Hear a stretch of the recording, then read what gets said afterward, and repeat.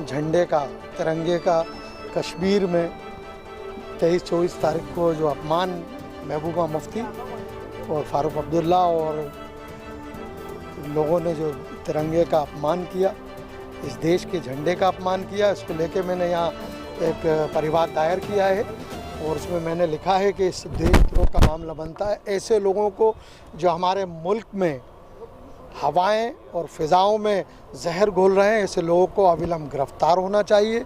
देशद्रोह का मामला अविलंब दर्ज होना चाहिए। ऐसे लोगों को जेल में डालना चाहिए।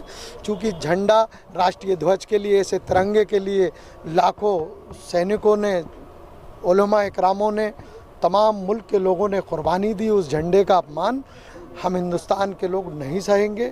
या आप देश के, मैं प्रधानमंत्री से, देश के गृह मंत्री से ये मांग करता हूं कि अविलंब महबूबा मुफ्ती की गिरफ्तारी होना चाहिए थी, लेकिन क्या मजबूरी थी देश के प्रधानमंत्री की, गृह मंत्री की, जम्मू कश्मीर के मुख्यमंत्री की, कि अभी तक उन लोगों ने इस मामले में कोई प्रकरण दर्ज नहीं किया। बयानबाजी चल रही है कश्मीर में, पुतला दहन चल रहा है, बराबर हम लोग आपके टीवी चैनलों पे देख रहे हैं, लेकिन किसी की ये हिम्मत नहीं हुई कि महबूबा मुफ्ती, फ़ारूक अब्दुल्ला के ख़िलाफ़ प्रकरण दर्ज कर गिरफ़्तार नहीं किया। क्या वजह है, क्या मजबूरी है?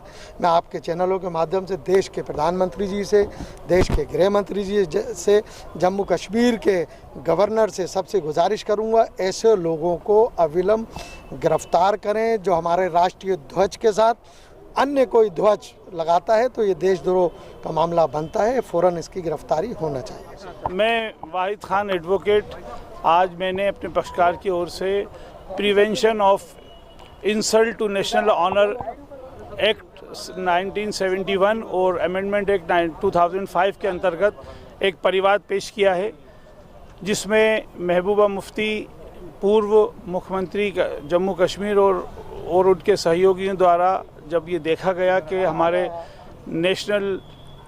हमारा जो ध्वज है, नेशनल फ्लैग है, उसका अपमान किया। चूँकि एक्ट के अनुसार नेशनल फ्लैग के साथ कोई दूसरा फ्लैग नहीं लगाया जा सकता। नेशनल फ्लैग की एक अपनी डिग्निटी है और जो सभी देशवासियों को, हमारे सभी नागरिकों के लिए वो अपनी जान से भी ज़्यादा प्रिय है।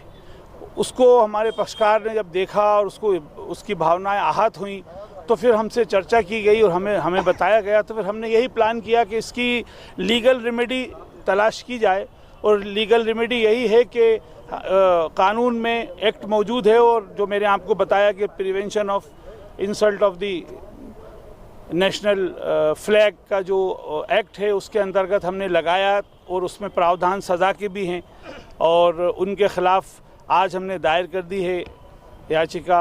उनको आरोपी बनाने के लिए माननीय न्यायालय के सामने वो जाना है।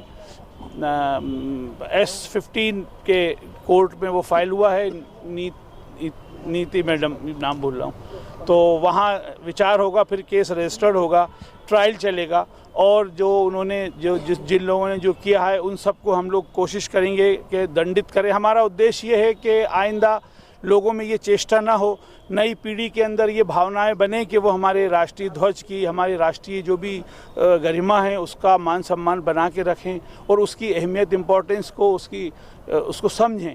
कोई भी चलता फिरता नहीं तो हर आदमी ऐसे करेगा।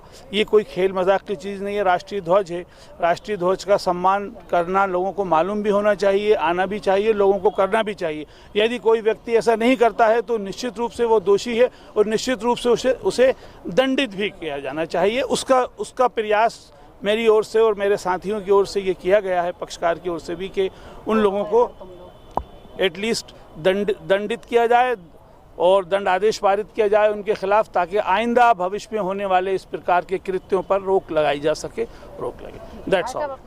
वाहिद खान एडवोकेट, ज़िला भोपाल।